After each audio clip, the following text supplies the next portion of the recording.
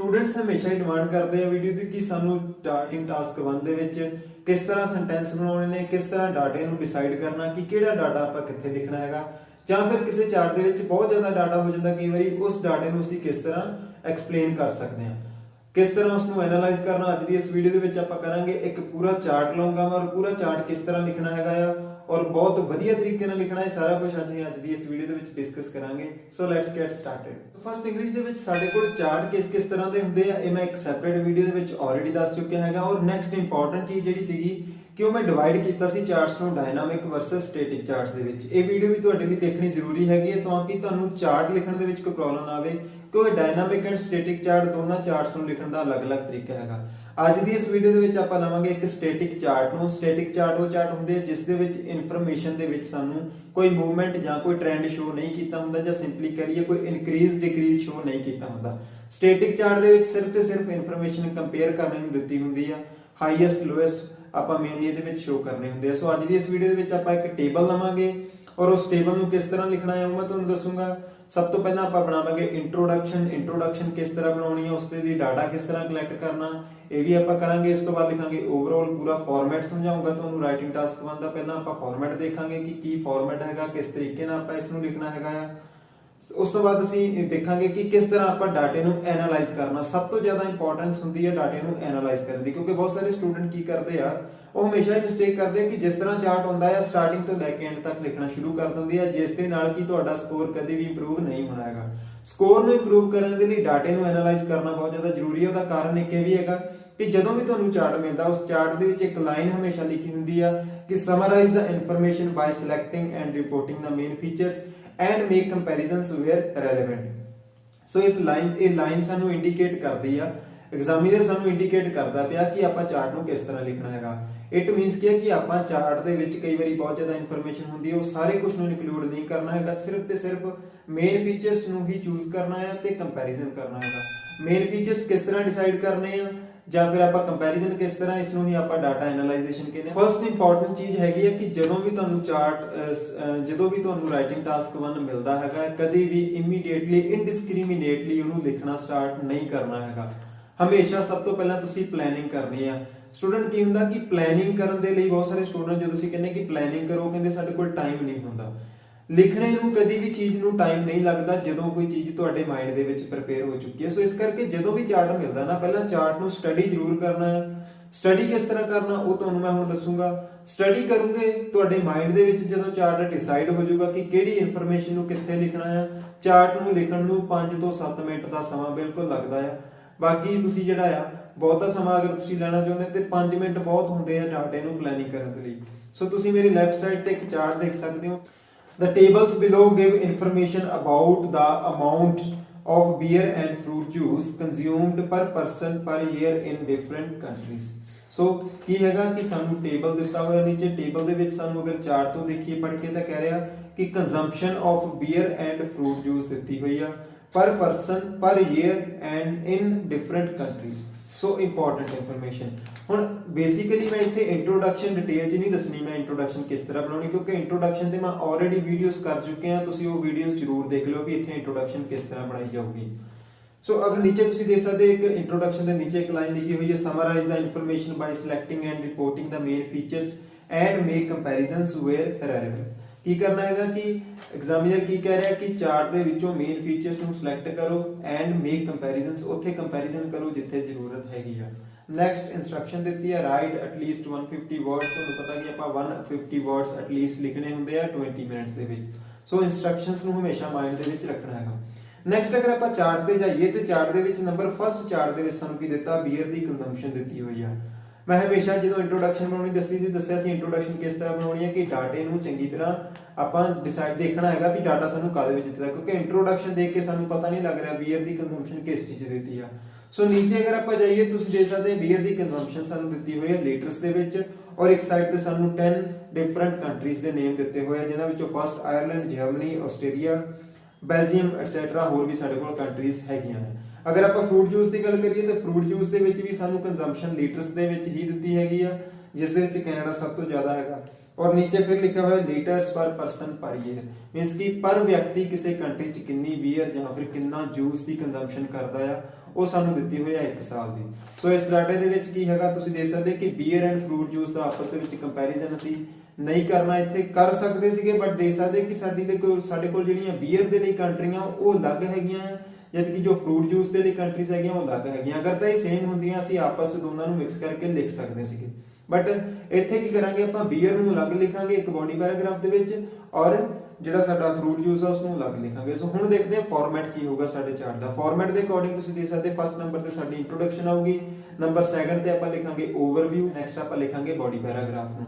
ਸੋ ਇੱਥੇ ਸਾਡੇ body paragraph ਦੋ ਬਣਨੇ, ਇਸ ਕਰਕੇ ਮੈਂ 2 ਬੋਡੀ ਪੈਰਾਗ੍ਰਾਫ ਦਾ ਜਿਹੜਾ ਇੱਥੇ ਤੁਹਾਨੂੰ ਮਾਰਕ ਦਿੱਤਾ ਹੋਇਆ 2 ਬੋਡੀ ਪੈਰਾਗ੍ਰਾਫਸ ਤੁਸੀਂ ਦੇਖ ਸਕਦੇ ਫਾਰਮੈਟ ਦੇ ਵਿੱਚ। So let's get started how to analyze the information in the chart. Start ਕਰਨ ਤੋਂ ਪਹਿਲਾਂ ਆਪਾਂ ਕੁਝ ਕੁ ਵੋਕੈਬਲਰੀ ਨੂੰ ਚੂਜ਼ ਕਰ ਲਈ, ਕਿਉਂਕਿ ਜਦੋਂ ਵੀ ਤੁਹਾਨੂੰ ਚਾਰਟ ਮਿਲਦਾ ਵੋਕੈਬਲਰੀ ਪਹਿਲਾਂ ਜ਼ਰੂਰ ਡਿਸਾਈਡ ਕਰਿਆ ਕਰੋ ਕਿ ਕਿਸ ਤਰ੍ਹਾਂ ਦੀ ਵੋਕੈਬਲਰੀ ਆਪਾਂ ਚੂਜ਼ ਕਰਨੀ ਹੈਗੀ ਆ। ਨਾਲ ਦੀ ਨਾਲ ਕੁਝ ਕੁ ਸਿਨੋਨਿਮਸ ਆਪਣੇ ਮਾਈਂਡ ਦੇ ਵਿੱਚ ਜ਼ਰੂਰ ਲੈ ਆਇਆ ਕਰੋ ਤਾਂ ਕਿ ਤੁਹਾਡਾ ਰੈਪੀਟੀਸ਼ਨ ਵਰਡਸ ਦਾ ਜਿਹੜਾ ਉਹ ਨਾ ਹੋਵੇ।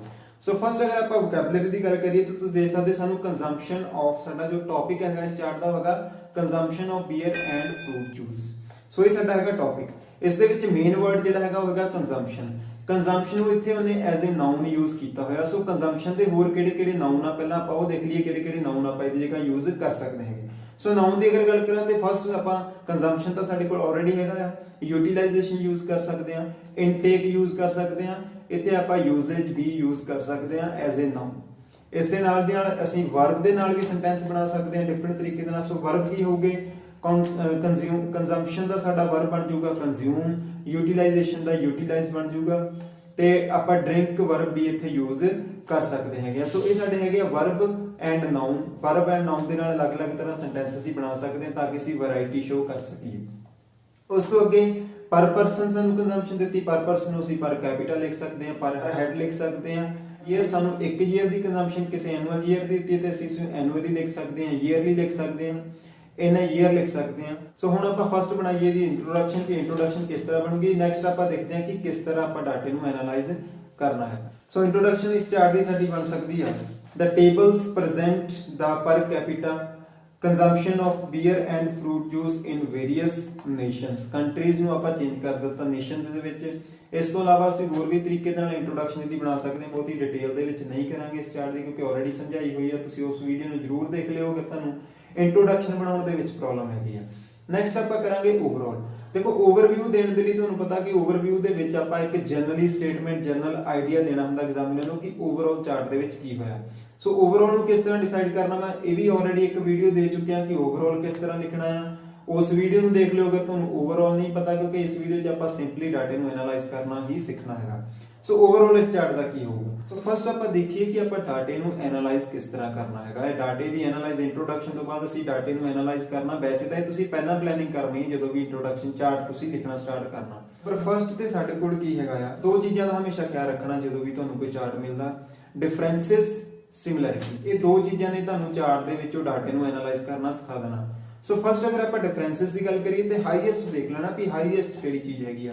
ਸੋ ਹਾਈਐਸਟ ਅਗਰ ਤੁਸੀਂ ਬੀਅਰ ਕੰਜ਼ੰਪਸ਼ਨ ਦੀ ਗੱਲ ਕਰੋ ਤੇ ਸਾਡਾ ਜਿਹੜਾ ਕੈਨੇਡਾ ਆਇਰਲੈਂਡ ਹੈਗਾ ਆ 155 ਲੀਟਰ ਦੇ ਨਾਲ ਹਾਈਐਸਟ ਨੰਬਰ ਤੇ, ਫਸਟ ਨੰਬਰ ਤੇ ਹੈਗਾ ਬੀਅਰ ਦੀ ਕੰਜ਼ੰਪਸ਼ਨ ਦੇ ਵਿੱਚ। ਜਦ ਕਿ ਲੀਸਟ ਬੀਅਰ ਕਿੱਥੇ ਪੀਤੀ ਜਾਂਦੀ ਹੈ, ਫਿਨਲੈਂਡ ਐਂਡ ਨੀਦਰਲੈਂਡ ਦੇ ਵਿੱਚ, ਜੋ ਕਿ ਤਕਰੀਬਨ 80 ਲੀਟਰ ਹੈਗੀ ਆ। ਸੋ ਇੱਥੇ ਨਾਲ ਦੀ ਨਾਲ ਸਾਨੂੰ ਸਾਡਾ ਕੰਪੈਰੀਜ਼ਨ ਵੀ ਮਿਲ ਗਿਆ। ਕੰਪੈਰੀਜ਼ਨ ਕਿਸ ਤਰ੍ਹਾਂ ਮਿਲ ਗਿਆ ਤੁਸੀਂ ਦੇਖ ਸਕਦੇ ਹੋ, ਹਾਈਐਸਟ ਹੈਗੀ 155 ਔਰ ਮਿਨੀਮਮ ਹੈਗੀ ਆ 79। ਅਗਰ 79 ਨੂੰ ਡਬਲ ਕਰੀਏ ਤੇ ਸਾਡੀ 158 ਦੇ ਅਰਾਊਂਡ ਜਿਹੜੀ ਅਮਾਉਂਟ ਬਣ ਜਾਣੀ ਆ।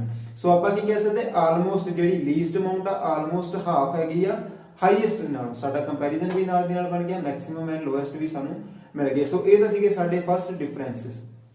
ਨੈਕਸਟ ਆਪਾਂ ਦੇਖਾਂਗੇ ਸਿਮਿਲੈਰਿਟੀਜ਼ ਇਸੇ ਚਾਰਟ ਦੇ ਵਿੱਚ। Belgium, Denmark, UK and Australia ਦੇ ਵਿੱਚ ਆਲਮੋਸਟ ਜਿਹੜੀ ਕੰਜ਼ੰਪਸ਼ਨ ਆਫ ਬੀਅਰ ਹੈਗੀ ਆ 90 to 100 ਲੀਟਰ ਪਰ ਪਰਸਨ ਹੈਗੀ ਆ। ਸੋ ਇਹ ਸਾਰੇ ਸਾਡੇ ਸਿਮਿਲੈਰਿਟੀਜ਼ ਹੈਗੀਆਂ। ਸੋ ਸਿਮਿਲੈਰਿਟੀਜ਼ ਨੂੰ ਅਸੀਂ ਕਦੇ ਨਹੀਂ ਲਿਖਣਾ ਹੈਗਾ। ਦੂਸਰੀ ਗੱਲ ਕਿ ਹਮੇਸ਼ਾ ਡਾਟੇ ਨੂੰ ਜ਼ਿਆਦਾ ਪ੍ਰੈਫਰੈਂਸ ਨਹੀਂ ਦੇਣੀ ਹੈਗੀ ਕਿ ਆਪਾਂ ਹਰੇਕ ਡਾਟੇ ਨੂੰ ਹਰੇਕ ਇਨਫੋਰਮੇਸ਼ਨ ਨੂੰ ਕਲੀਅਰਲੀ ਲਿਖੀਏ।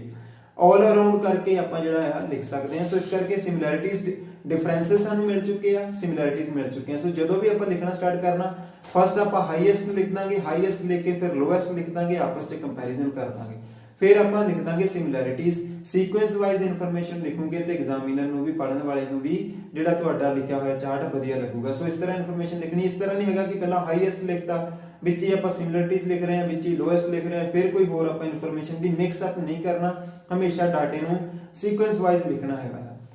ਨੈਕਸਟ ਅਗਰ ਫਰੂਟ ਜੂਸ ਦੇ ਕੰਪੈਰੀਜ਼ਨ ਕਰ ਲਈਏ ਆਪਾਂ, ਉਹਦਾ ਡਾਟਾ ਦੇਖ ਲਈਏ ਤੇ ਫਰੂਟ ਜੂਸ ਦੇ ਵਿੱਚ ਕੈਨੇਡਾ ਨੰਬਰ 1 ਤੇ ਹੈਗਾ ਆ ਤੇ ਨਿਊਜ਼ੀਲੈਂਡ ਲੀਸਟ ਹੈਗਾ ਆ। ਕੰਜ਼ੰਪਸ਼ਨ ਆਫ ਫਰੂਟ ਜੂਸ ਜਿਹੜੀ ਆ ਕੈਨੇਡਾ ਦੇ ਵਿੱਚ ਸਭ ਤੋਂ ਜ਼ਿਆਦਾ, ਨਿਊਜ਼ੀਲੈਂਡ ਦੇ ਵਿੱਚ ਆਪਸ ਦੇ ਵਿੱਚ ਕੰਪੈਰੀਜ਼ਨ ਵੀ ਹੋਣਾ ਐਂਡ ਹਾਈਐਸਟ ਲੀਸਟ ਵੀ ਸਾਡੇ ਇਹ ਮਿਲ ਗਿਆ ਸਾਨੂੰ। ਉਸ ਤੋਂ ਬਾਅਦ ਸਿਮਿਲੈਰਿਟੀਜ਼ ਤੁਸੀਂ ਦੇਖ ਸਕਦੇ, ਸਿਮਿਲੈਰਿਟੀਜ਼ ਕਿੱਥੇ ਆ, ਆਸਟਰੀਆ, ਸਵੀਡਨ, ਆਸਟ੍ਰੇਲੀਆ ਦੇ ਵਿੱਚ 33rd to 37% ਕੰਜ਼ੰਪਸ਼ਨ ਇੱਥੇ ਕੀਤੀ ਜਾ ਰਹੀ ਹੈ। ਸੋ ਤਿੰਨੋਂ ਹੀ ਆਪਾਂ ਜਿਹੜੇ ਸੇਮ ਇਕੱਠੇ ਲਿਖ ਲਵਾਂਗੇ, ਸਿਮਿਲੈਰਿਟੀਜ਼ ਦੇ ਵਿੱਚ ਸ਼ੋ ਕਰ ਦਵਾਂਗੇ। ਯੂਕੇ ਐਂਡ ਨੀਦਰਲੈਂਡ ਜਿਹੜੇ ਹੈਗੇ ਆ ਉਹਨਾਂ ਨੂੰ ਵੀ ਅਗਰ ਦੇਖੀਏ ਤਾਂ ਉਹ ਵੀ ਨੀਅਰ ਅਬਾਊਟ 30 ਦੇ ਕਰੀਬ ਉਹਨਾਂ ਦੀ ਕੰਜ਼ੰਪਸ਼ਨ ਜਿਹੜੀ ਹੈਗੀ ਹੈ। ਸੋ ਇਸ ਤਰ੍ਹਾਂ ਸਾਡਾ ਡਾਟਾ ਜਿਹੜਾ ਐਨਾਲਾਈਜ਼ ਹੋ ਗਿਆ। ਹੁਣ ਹਾਈਐਸਟ, ਲੋਐਸਟ ਐਂਡ ਸਿਮਿਲੈਰਿਟੀਜ਼ ਸਾਰਾ ਕੁਝ ਪਤਾ ਲੱਗ ਗਿਆ ਹੋਗਾ ਹੋਊਗਾ ਤੁਹਾਨੂੰ। ਹੁਣ ਆਪਾਂ ਦੇਖਾਂਗੇ ਆਪਾਂ ਓਵਰਆਲ ਕਿਸ ਤਰ੍ਹਾਂ ਲਿਖਣਾ ਇਸ ਚਾਰਟ ਦਾ। ਸੋ ਓਵਰਆਲ ਦੀ ਅਗਰ ਆਪਾਂ ਗੱਲ ਕਰੀਏ ਪਹਿਲਾਂ ਤਾਂ ਤੁਸੀਂ ਦੇਖ ਸਕਦੇ ਹਾਈਐਸਟ, ਲੋਐਸਟ ਆਪਾਂ ਓਵਰਆਲ ਦੇ ਵਿੱਚ ਮੇਨ ਜਿਹੜੇ ਫੀਚਰ ਉਹੀ ਸ਼ੋ ਕਰਨੇ ਹੁੰਦੇ, ਸਾਰਾ ਡਾਟਾ ਨਹੀਂ ਦੱਸਣਾ ਹੁੰਦਾ। ਓਵਰਆਲ ਦੀ ਗੱਲ ਕਰਾਂ ਤਾਂ ਕਿਸ ਤਰ੍ਹਾਂ ਬਣੂਗਾ ਸਾਡਾ ਓਵਰਆਲ ਟ੍ਰੈਂਡ ਦੀ ਗੱਲ ਕਰੀਏ ਤਾਂ ਫਸਟ ਆਪਾਂ ਕਹਿ ਸਕਦੇ ਹਾਂ ਕਿ consumption of beer is for more than that of fruit juice, means ਕਿ ਫਰੂਟ ਜੂਸ ਦੀ ਕੰਜ਼ੰਪਸ਼ਨ ਦੇ ਨਾਲੋਂ ਸਾਡੀ ਬੀਅਰ ਦੀ ਕੰਜ਼ੰਪਸ਼ਨ ਜਿਹੜੀ ਜ਼ਿਆਦਾ ਹੈਗੀ ਆ। Ireland is the most popular for beer usage, followed by Germany and Austria, while its consumption in Finland is the least. Next देखो, whereas fruit juice is most preferred in Canada, followed by USA. In New Zealand, the least preference is given to it. So simply ਤੁਸੀਂ ਅਗਰ ਹੁਣ ਦੇਖੋ ਤੇ ਪਹਿਲੀ line 'ਚ ਆਪਾਂ ਲਿਖਿਆ ਕਿ ਜਿਹੜੀ ਬੀਅਰ ਦੀ ਕੰਜ਼ੰਪਸ਼ਨ ਹੈਗੀ ਸਾਰੀਆਂ ਹੀ ਕੰਟਰੀਜ਼ ਦੇ ਵਿੱਚ ਫਰੂਟ ਜੂਸ ਦੇ ਨਾਲੋਂ ਜ਼ਿਆਦਾ ਹੈਗੀ ਆ, ਜਦ ਕਿ ਆਇਰਲੈਂਡ ਜਿਹੜਾ ਮੋਸਟ ਪਪੂਲਰ ਹੈਗਾ ਬੀਅਰ ਦੀ ਯੂਜ਼ ਦੇ ਵਿੱਚ, ਮੀਨਸ ਕਿ ਟੌਪ ਮੋਸਟ ਤੇ ਉਹ ਸਟੈਂਡ ਕਰਦਾ ਪਿਆ। ਉਸ ਤੋਂ ਬਾਅਦ ਜਰਮਨੀ ਐਂਡ ਉਸ ਤੋਂ ਬਾਅਦ ਆਸਟ੍ਰੇਲੀਆ, ਜਦ ਕਿ while it's consumption in Finland is the least, Finland ਦੇ ਵਿੱਚ ਬੀਅਰ ਦੀ ਕੰਜ਼ੰਪਸ਼ਨ ਲੀਸਟ ਹੈਗੀ ਹੈ। ਸੋ ਆਪਾਂ ਹਾਈਲਾਈਟ ਕਰ ਦਿੱਤੇ ਆ ਮੇਨ ਫੀਚਰਸ ਹੇਅਰ। ਜਦ ਕਿ ਫਰੂਟ ਜੂਸ ਦੇ ਵਿੱਚ ਕੈਨੇਡਾ ਲੀਡ ਕਰਦਾ ਪਿਆ ਔਰ ਨੰਬਰ 2 ਤੇ ਯੂਐਸਏ ਹੈਗਾ, ਜਦ ਕਿ ਨਿਊਜ਼ੀਲੈਂਡ ਦੇ ਵਿੱਚ ਜਿਹੜੀ ਕੰਜ਼ੰਪਸ਼ਨ ਆਫ ਫਰੂਟ ਜੂਸ ਆ ਸਭ ਤੋਂ ਘੱਟ ਹੈਗੀ ਹੈ। ਸੋ ਓਵਰਆਲ ਸਾਡਾ ਸਾਰਾ ਕੁਝ ਦੱਸਦਾ ਪਿਆ ਚਾਰਟ ਦੇ ਵਿੱਚ ਕੀ ਆ।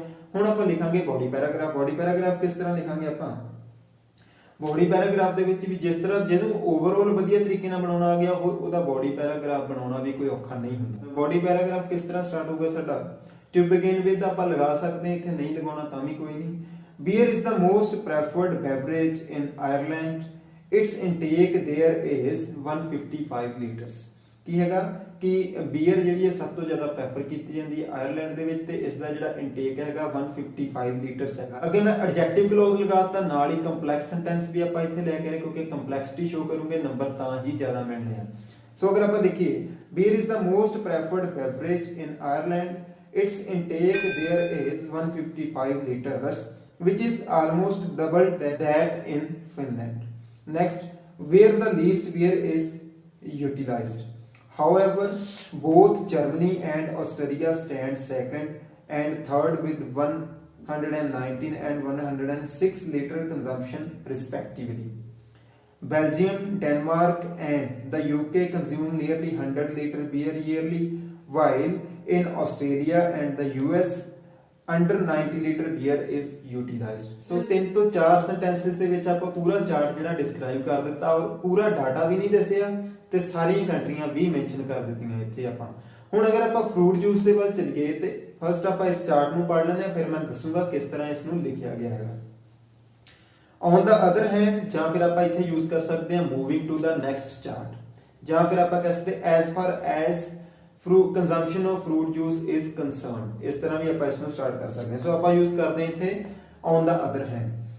Canadians lead in the intake of fruit juice with 52.6 liters, which is more than the double amount of New Zealand, where annual consumption is 25 liters. The USA stands second with 42.8 liters consumption, followed by Germany, Austria and Sweden, where 35 to 38 liter juice is consumed. Next, moreover, in Finland, the UK and the Netherlands, the utilization of juice is near about 30 liters in a year. ਸੋ ਤੁਸੀਂ ਦੇਖ ਸਕਦੇ ਹੋ ਕਿ ਬਿਲਕੁਲ 3 ਤੋਂ 4 sentences ਦੇ ਵਿੱਚ ਇਹ ਵੀ ਚਾਰਟ ਮੈਂ ਜਿਹੜਾ ਲਿਖ ਦਿੱਤਾ ਹੈਗਾ। ਸੋ ਹੁਣ ਆਪਾਂ ਦੇਖਦੇ ਹਾਂ ਕਿ ਆਪਾਂ ਇਨਫੋਰਮੇਸ਼ਨ ਨੂੰ ਲਿਖਿਆ ਕਿਸ ਤਰ੍ਹਾਂ ਹੈਗਾ, ਕਿਉਂਕਿ ਇਹਨੂੰ ਸਮਝਣਾ ਵੀ ਸਾਡੇ ਲਈ ਜਿਹੜਾ ਜ਼ਰੂਰੀ ਹੈਗਾ। ਸੋ ਫਸਟ ਜਿਸ ਤਰ੍ਹਾਂ ਤੁਸੀਂ ਦੇਖਿਆ ਕਿ ਬੀਅਰ ਦੀ ਕੰਜ਼ੰਪਸ਼ਨ ਦੇ ਵਿੱਚ ਆਇਰਲੈਂਡ ਜਿਹੜਾ ਸਭ ਤੋਂ ਜ਼ਿਆਦਾ ਸੀਗਾ, ਜਦਕਿ ਜਿਹੜੀ ਲੀਸਟ ਸੀਗੀ ਫਿਨਲੈਂਡ ਦੇ ਵਿੱਚ ਸੀਗੀ। ਸੋ ਦੋਨਾਂ ਨੂੰ ਅਗਰ ਦੇਖਿਆ ਜਾਵੇ ਤਾਂ ਫਿਨਲੈਂਡ ਦੀ ਕੰਜ਼ੰਪਸ਼ਨ ਤੋਂ ਡਬਲ ਸੀਗੀ ਜਿਹੜੀ ਹਾਈਐਸਟ ਸੀਗੀ ਆਇਰਲੈਂਡ ਦੇ ਵਿੱਚ। ਸੋ ਉਸੇ ਤਰ੍ਹਾਂ ਆਪਾਂ ਪਹਿਲਾ ਸੈਂਟੈਂਸ ਬਣਾਇਆ, beer is the most preferred beverage. Most preferred means ਕਿ ਸਭ ਤੋਂ ਜ਼ਿਆਦਾ ਪ੍ਰੈਫਰ ਕੀਤੀ ਜਾਣ ਵਾਲੀ ਬੈਵਰੇਜ ਆ in Ireland. Its intake there is 155 litres. ਇਸ ਦਾ ਜਿਹੜਾ ਇਨਟੇਕ ਆ 155 ਲੀਟਰ ਹੈਗਾ। ਅੱਗੇ ਮੈਂ ਐਡਜੈਕਟਿਵ ਕਲੌਜ਼ ਲਗਾਤਾ ਹੈ which is almost double that in Finland, ਜੋ ਕਿ ਆਇਰਲੈਂਡ ਦੀ ਜੋ ਕੰਜ਼ੰਪਸ਼ਨ ਹੈਗੀ ਆ ਫਿਨਲੈਂਡ ਦੀ ਕੰਜ਼ੰਪਸ਼ਨ ਦੇ ਨਾਲੋਂ ਡਬਲ ਹੈਗੀ ਆ। where the least beer is utilized, ਹੁਣ ਜਦੋਂ ਫਿਨਲੈਂਡ ਦੇ ਨਾਲ ਅੱਗੇ ਕਲੌਜ਼ ਲਗਾਤਾ ਜਿੱਥੇ ਮੈਂ ਲਿਖਿਆ ਕਿ ਫਿਨਲੈਂਡ ਜਿੱਥੇ ਕਿ ਬੀਅਰ ਸਭ ਤੋਂ ਘੱਟ ਪੀਤੀ ਜਾਂਦੀ ਹੈ। ਸੋ ਸਾਡਾ ਕੰਪੈਰੀਜ਼ਨ ਵੀ ਹੋ ਗਿਆ, ਹਾਈਐਸਟ ਲੋਐਸਟ ਦੋਨੋਂ ਸ਼ੋ ਵੀ ਹੋ ਗਏ। ਅੱਗੇ ਟ੍ਰੈਂਡ ਚੇਂਜ ਹੋਣ ਲੱਗਾ ਕਿਉਂਕਿ ਆਪਾਂ ਇਨਫੋਰਮੇਸ਼ਨ ਨੂੰ ਚੇਂਜ ਕਰਨ ਲੱਗੇ ਆ। ਹਾਊਐਵਰ ਲਗਾ ਦਿੱਤਾ ਆਪਾਂ, ਟ੍ਰਾਂਜੀਸ਼ਨ ਯੂਜ਼ ਕਰ ਲਈ ਆ। ਬੋਥ ਜਰਮਨੀ ਐਂਡ ਆਸਟ੍ਰੇਲੀਆ, ਸਿਮਿਲੈਰਿਟੀਜ਼ ਕਿਸ ਤਰ੍ਹਾਂ ਸ਼ੋ ਕਰਨੀਆਂ ਇਸ ਦੀ ਵੀਡੀਓ ਵੀ ਆਲਰੇਡੀ ਮੈਂ ਅਪਲੋਡ ਕਰ ਚੁੱਕਿਆ, ਤੁਸੀਂ ਉਹ ਵੀਡੀਓ ਦੇਖ ਸਕਦੇ ਇੰਗਲਿਸ਼ ਚ। ਸਿਮਿਲੈਰਿਟੀ ਆਇਲਸ ਰਾਈਟਿੰਗ ਟਾਸਕ 1 ਦੇ ਵਿੱਚ ਸਿਮਿਲੈਰਿਟੀਜ਼ ਕਿਸ ਤਰ੍ਹਾਂ ਸ਼ੋ ਕਰਨੀਆਂ ਹੈਗੀਆਂ। ਸੋ ਅੱਗੇ ਦੇਖੀਏ, however both Germany and Australia, ਕਿ ਦੋਨੋਂ ਜਰਮਨੀ ਐਂਡ ਆਸਟ੍ਰੇਲੀਆ ਜਿਹੜੇ ਹੈਗਾ ਸਟੈਂਡ ਸੈਕੰਡ ਐਂਡ ਥਰਡ, ਕਿ ਜਿਹੜਾ ਜਿਸ ਤਰ੍ਹਾਂ stand second and third with 119 and 116 litre consumption respectively. ਹੁਣ ਰਿਸਪੈਕਟਿਵਲੀ ਆਪਾਂ ਕਦੋਂ ਲਾਉਂਦੇ, ਜਦੋਂ ਆਪਾਂ ਦੋ ਚੀਜ਼ਾਂ ਨੂੰ ਇਕੱਠੀਆਂ ਮੈਂਸ਼ਨ ਕਰਨਾ ਹੁੰਦਾ। ਸੋ ਬੋਥ ਆਪਾਂ ਕਦੋਂ ਯੂਜ਼ ਕਰਨਾ, ਬੋਥ ਹਮੇਸ਼ਾ ਉਦੋਂ ਯੂਜ਼ ਕਰਦੇ ਹਾਂ ਜਦੋਂ ਆਪਾਂ ਸਿਮਿਲੈਰਿਟੀ ਸ਼ੋ ਕਰਨੀ ਆ। ਹੁਣ ਇੱਥੇ ਆਪਾਂ ਸਿਮਿਲੈਰਿਟੀ ਸ਼ੋ ਕਰਦੇ ਹਾਂ Germany and Australia the. So Australia ਦੇ ਵਿੱਚ ਤੁਸੀਂ ਦੇਖ ਸਕਦੇ ਹੋ ਕਿ ਜਿਸ ਤਰ੍ਹਾਂ ਆਪਾਂ ਨਾਮ ਲਿਖਿਆ ਉਸੇ ਤਰ੍ਹਾਂ ਅੱਗੇ ਅਮਾਉਂਟ ਲਿਖਣੀ ਪੈਣੀ ਹੈ, ਇਸ ਕਰਕੇ ਸਾਨੂੰ ਸੈਂਟੈਂਸ ਦੇ ਐਂਡ ਵਿੱਚ ਰਿਸਪੈਕਟਿਵਲੀ ਵੀ ਲਾਉਣਾ ਪੈਣਾ। ਸੋ ਫਸਟ ਆਪਾਂ ਜਰਮਨੀ ਲਿਖਿਆ ਤੇ ਜਰਮਨੀ ਦੀ ਕੰਜ਼ੰਪਸ਼ਨ 119 ਲੀਟਰ ਪਰ ਈਅਰ ਹੈਗੀ ਹੈ, ਜਦਕਿ ਆਸਟ੍ਰੇਲੀਆ ਸੈਕੰਡ ਨੰਬਰ ਤੇ ਲਿਖਿਆ ਉਹਦੀ ਕੰਜ਼ੰਪਸ਼ਨ 116 ਲੀਟਰ ਪਰ ਈਅਰ ਹੈਗੀ ਹੈ। ਸੋ ਰਿਸਪੈਕਟਿਵਲੀ ਇੱਥੇ ਸਾਨੂੰ ਲਗਾਉਣਾ ਪੈਣਾ ਸੀ। ਨੈਕਸਟ ਅਗਰ ਦੇਖੀਏ ਤੇ Belgium, Denmark and the UK consume. Belgium, Denmark and UK ਦੀ ਜਿਹੜੀ ਕੰਜ਼ੰਪਸ਼ਨ ਆ ਆਲਮੋਸਟ ਸੇਮ ਸੀਗੀ, ਇਸ ਕਰਕੇ ਇਹਨਾਂ ਨੂੰ ਵੀ ਆਪਾਂ ਇਕੱਠੇ ਲਿਖ ਦਿੱਤਾ। Belgium, Denmark and the UK consume nearly 100 litre beer yearly, ਜਦਕਿ ਨੈਕਸਟ ਆਪਾਂ ਫਿਰ ਕੰਪੈਰੀਜ਼ਨ ਕਰਦੇ ਹਾਂ, ਵਾਈਲ ਲਗਾ ਦਿੱਤਾ, while in Australia and the US under 90 litre beer is utilized। So hop ਆ ਕਿ ਤੁਹਾਨੂੰ ਸਮਝ ਲੱਗਿਆ ਹੋਊਗਾ। ਅਗਰ ਸਿਮਿਲੈਰਿਟੀਜ਼ ਕੰਪੈਰੀਜ਼ਨ ਨਹੀਂ ਪਤਾ ਲੱਗਦਾ ਤੇ ਸੈਪਰੇਟ ਵੀਡੀਓ ਦਊਂਗਾ। ਇੱਥੇ ਆਪਾਂ ਸਿਰਫ ਇੱਕ ਚਾਰਟ ਲਿਖਣਾ ਸੀਗਾ ਕਿਸ ਤਰ੍ਹਾਂ ਡਾਟੇ ਨੂੰ ਇਨਫੋਰਮੇਸ਼ਨ ਨੂੰ ਆਪਾਂ ਐਨਾਲਾਈਜ਼ ਕਰਨਾ ਹੈਗਾ। ਸੋ ਨੈਕਸਟ ਚਾਰਟ ਤੇ ਚੱਲਦੇ ਹਾਂ। ਔਨ ਦਾ ਅਦਰ ਹੈਂਡ ਜਿਵੇਂ ਕਿ ਤੁਹਾਨੂੰ ਪਤਾ ਕਿ ਕੈਨੇਡਾ ਲੀਡ ਕਰਦਾ ਸੀਗਾ ਫਰੂਟ ਜੂਸ ਦੇ ਵਿੱਚ, ਤੇ ਜਦਕਿ ਨਿਊਜ਼ੀਲੈਂਡ ਜਿਹੜੀ ਆ ਉਸ ਦੀ ਜਿਹੜੀ ਕੰਜ਼ੰਪਸ਼ਨ ਆ ਉਹ ਲੀਸਟ ਸੀਗੀ, ਬਟ ਕੈਨੇਡਾ ਦੇ ਨਾਲੋਂ ਆਲਮੋਸਟ ਹਾਫ ਆਪਾਂ ਕਹਿ ਸਕਦੇ ਹਾਂ। ਸੋ ਸੈਂਟੈਂਸ ਦੇਖੋ, Canadians lead in the intake of fruit juice with 52.6 liters, which is more than the double amount of New Zealand। So New Zealand ਦੀ ਅਗਰ ਤੁਸੀਂ ਡਾਟੇ ਦੇ ਵਿੱਚ ਦੇਖੋ ਤੇ ਨਿਊਜ਼ੀਲੈਂਡ ਦੀ ਕੰਜ਼ੰਪਸ਼ਨ ਜਿਹੜੀ ਆ ਆਲਮੋਸਟ 24.8% ਆ, ਜਦਕਿ ਮੈਕਸਿਮਮ ਕੈਨੇਡੀਅਨਸ ਦੀ 52.6% ਆ। ਸੋ ਅਗਰ ਆਪਾਂ 24.8 ਨੂੰ 25 ਲਿਖ ਦਈਏ ਆਲਮੋਸਟ, ਤੇ ਉਹ ਡਬਲ ਹੋ ਗਈ ਕੈਨੇਡਾ ਦੇ ਵਿੱਚ ਜਾ ਕੇ 52 ਸੀ। ਇਟ ਮੀਨਸ ਕਿ ਮੋਰ ਦੈਨ ਡਬਲ ਹੋ ਗਈ। ਸੋ ਸੈਂਟੈਂਸ ਦੇ ਸਕਦੇ ਕਿ ਕੈਨੇਡਾ ਜਿਹੜਾ ਹੈਗਾ ਲੀਡ ਕਰਦਾ ਆ ਫਰੂਟ ਜੂਸ ਦੇ ਇਨਟੇਕ ਦੇ ਵਿੱਚ, ਜਿੱਥੇ 52.6 ਲੀਟਰ ਜਿਹੜਾ 52.6 ਲੀਟਰ ਜੂਸ ਜਿਹੜਾ ਇਨਟੇਕ ਕੀਤਾ ਜਾਂਦਾ ਹੈ, ਜਦਕਿ ਇਹ ਅਮਾਉਂਟ ਜਿਹੜੀ ਹੈ ਨਿਊਜ਼ੀਲੈਂਡ ਨਾਲੋਂ ਮੋਰ ਦੈਨ ਡਬਲ, ਉਹਨਾਂ ਦੀ ਕੰਜ਼ੰਪਸ਼ਨ ਨਾਲੋਂ ਡਬਲ ਹੈਗੀ ਆ, ਜਿੱਥੇ ਲੀਸਟ ਆਲਮੋਸਟ 25 ਲੀਟਰ ਜੂਸ ਜਿਹੜਾ ਕੰਜ਼ਿਊਮ ਕੀਤਾ ਜਾਂਦਾ। ਅਗਲਾ ਸੈਂਟੈਂਸ ਦੇਖੋ, the USA stands second with 42.8 liters followed by Germany, Australia and Sweden where 35 to 38 litre juice is consumed। ਸੋ ਇਸ ਸੈਂਟੈਂਸ ਦੇ ਵਿੱਚ ਵੀ ਆਪਾਂ ਕੀ ਹੈ ਨਾਲ ਹੀ ਕੰਪੈਰੀਜ਼ਨ ਕਰਤਾ ਕਿ USA ਨੰਬਰ ਸੈਕੰਡ ਤੇ ਸਟੈਂਡ ਕਰਦਾ ਪਿਆ 52.8 ਲੀਟਰਸ ਦੇ ਨਾਲ, ਤੇ ਇਸ ਨੂੰ ਫੋਲੋ ਕਰਦੇ ਪਏ ਜਰਮਨੀ, ਆਸਟ੍ਰੇਲੀਆ ਐਂਡ ਸਵੀਡਨ, ਜਿੱਥੇ 35 ਤੋਂ 38 ਲੀਟਰ ਜਿਹੜਾ ਜੂਸ ਆ ਹਰ ਸਾਲ ਕੰਜ਼ਿਊਮ ਕੀਤਾ ਜਾਂਦਾ। ਸੋ ਇਸ ਨੂੰ ਆਪਾਂ ਸਿਮਿਲੈਰਿਟੀ ਸ਼ੋ ਕਰ ਦਿੱਤਾ। ਮੋਰਓਵਰ ਫਿਰ ਆਪਾਂ ਕਦੋਂ ਲਗਾਉਣਾ, ਜਦੋਂ ਆਪਾਂ ਨੈਕਸਟ ਇਨਫੋਰਮੇਸ਼ਨ ਸੇਮ ਤਰ੍ਹਾਂ ਦੀ ਲੈ ਕੇ ਆ ਰਹੇ ਉਦੋਂ ਆਪਾਂ ਮੋਰਓਵਰ ਟ੍ਰਾਂਜੀਸ਼ਨ ਯੂਜ਼ ਕਰਨੀ ਆ। In Finland, the UK and the Netherlands, ਇਹਨਾਂ ਦੀ ਜਿਹੜੀ ਕੰਜ਼ੰਪਸ਼ਨ ਆਫ ਯੂਜ਼ ਹੈਗੀ ਆਲਮੋਸਟ ਸੇਮ ਸੀਗੀ, ਇਸ ਕਰਕੇ ਆਪਾਂ ਇਹਨਾਂ ਨੂੰ ਇਕੱਠੇ ਲਿਖ ਦਿੱਤਾ। Netherland the utilisation of juice is near about 30 litres in a year. So ਇਹਨਾਂ ਕੰਟਰੀਜ਼ ਦੇ ਵਿੱਚ ਜਿਹੜੀ ਕੰਜ਼ੰਪਸ਼ਨ ਹੈਗੀ ਆ ਉਹ ਆਲਮੋਸਟ ਸੇਮ ਹੈਗੀ ਆ। ਸੋ ਇੱਕ ਵਾਰੀ ਹੁਣ ਤੁਸੀਂ ਪੂਰੇ ਚਾਰਟ ਨੂੰ ਵੀਡੀਓ ਰੋਕ ਕੇ ਪੜ੍ਹ ਲਿਓ। ਸਭ ਤੋਂ ਇੰਪੋਰਟੈਂਟ ਚੀਜ਼ ਇੱਥੇ ਕੀ ਹੈ, ਡਾਟੇ ਨੂੰ ਲਿਖਿਆ ਕਿੱਦਾਂ ਇਹ ਤੁਸੀਂ ਡਿਸਾਈਡ ਕਰਨਾ ਆ। ਫਲੋ ਦੇਖਣਾ ਪੜ ਕੇ ਕਿ ਚਾਰਟ ਦੇ ਵਿੱਚ ਤੁਹਾਡਾ ਫਲੋ ਹੋਣਾ ਚਾਹੀਦਾ ਹੈ ਤਾਂ ਕਿ ਕੋਹੇਰੈਂਸ ਐਂਡ ਕੋਹੀਜ਼ਨ ਜਿਹੜੀ ਹੈ ਵਧੀਆ ਬਣੀ ਰਵੇ। ਓਵਰਆਲ ਸੈਂਟੈਂਸ ਦੇਖੋ ਤਾਂ ਮੈਂ ਇਸ ਦੇ ਵਿੱਚ ਕੰਪਲੈਕਸ ਸੈਂਟੈਂਸਸ ਹੀ ਜ਼ਿਆਦਾ ਯੂਜ਼ ਕੀਤੇ ਆ, ਕਿਉਂਕਿ ਕੰਪਲੈਕਸ ਸੈਂਟੈਂਸ ਯੂਜ਼ ਕਰੋਗੇ ਤਾਂ ਹੀ ਤੁਹਾਡੇ ਨੰਬਰ ਜਿਹੜੇ ਆ ਆਉਣੇ ਹੈਗੇ ਆ। ਇੰਪੋਰਟੈਂਟ ਚੀਜ਼ ਡਾਟੇ ਨੂੰ ਇੰਪੋਰਟੈਂਸ ਨਹੀਂ ਦਿੱਤੀ ਹੈਗੀ, ਕੰਪੈਰੀਜ਼ਨ ਨੂੰ ਇੰਪੋਰਟੈਂਸ ਜ਼ਿਆਦਾ ਦਿੱਤੀ ਆ, ਕਿੱਥੇ ਜ਼ਿਆਦਾ ਆ ਕੋਈ ਚੀਜ਼, ਕਿੱਥੇ ਕੋਈ ਘੱਟ ਆ, ਕਿੱਥੇ ਸਿਮਿਲੈਰਿਟੀਜ਼ ਆ, ਇਸ ਚੀਜ਼ ਨੇ ਤੁਹਾਨੂੰ ਨੰਬਰ ਦੇਣੇ ਆ, ਡਾਟੇ ਨੇ ਨੰਬਰ ਨਹੀਂ ਦੇਣੇ ਹੈਗੇ। ਇਸ ਕਰਕੇ ਖਿਆਲ ਰੱਖਣਾ। ਸੋ ਅਗਰ ਵੀਡੀਓ ਚੰਗੀ ਲੱਗੀ ਹੈ ਤਾਂ ਵੀਡੀਓ ਨੂੰ ਸ਼ੇਅਰ ਜ਼ਰੂਰ ਕਰਿਓ। ਨੈਕਸਟ ਹੋਰ ਵੀਡੀਓਜ਼ ਲੈ ਕੇ ਆਉਂਗਾ ਤੁਹਾਡੇ ਲਈ, ਤਾਂ ਕਿ ਕਿਸ ਤਰ੍ਹਾਂ ਡਾਟੇ ਨੂੰ ਐਨਾਲਾਈਜ਼ ਕਰਨਾ, ਕਿਸ ਤਰ੍ਹਾਂ ਕੰਪੈਰੀਜ਼ਨ ਕਰਨਾ, ਕਿਸ ਤਰ੍ਹਾਂ ਇਨਫੋਰਮੇਸ਼ਨ ਨੂੰ ਚੂਜ਼ ਕਰਨਾ, ਇਹ ਸਾਰੀਆਂ ਚੀਜ਼ਾਂ ਤੁਸੀਂ ਈਜ਼ੀਲੀ ਸਿੱਖ ਸਕੋ। ਵੀਡੀਓ ਚੰਗੀ ਲੱਗੀ ਤਾਂ ਬਾਕੀਆਂ ਦੇ ਨਾਲ ਜ਼ਰੂਰ ਸ਼ੇਅਰ ਕਰਿਓ ਔਰ ਚੈਨਲ ਨੂੰ ਸਬਸਕ੍ਰਾਈਬ ਕਰਨਾ ਨਾ ਭੁੱਲਣਾ। Thank you.